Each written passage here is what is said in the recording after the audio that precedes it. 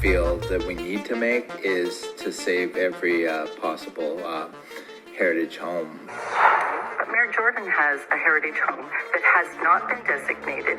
Councillor Howe has a heritage home. Bottom line is, how many people that are making decisions on our properties own a heritage home? Probably none. So as a result, until you're in the game, you're a spectator.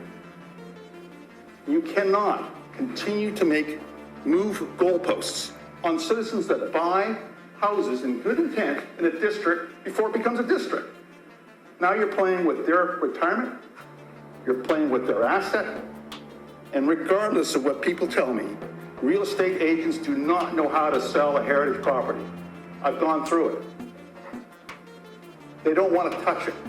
And when people come in to see a heritage property, they automatically discount it. Why? Because of all the procedures and the bureaucracy associated with it.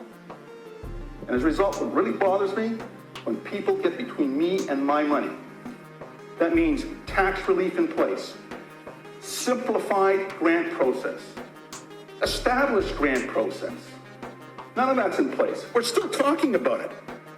You know, tax relief came in 2006.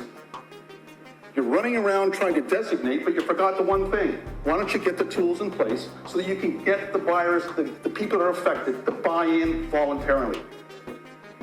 But none of you guys understand the skin of the game because it costs a lot of money and you're affecting people's livelihoods and their retirements. And that's not fair. Totally unfair. So when I looked at it, simple next steps. Stop this study. If you're going to do a study, start on Main Street West.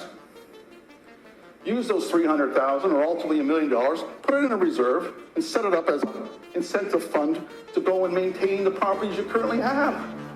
It's probably one of the most controversial things we have to deal with over the last term.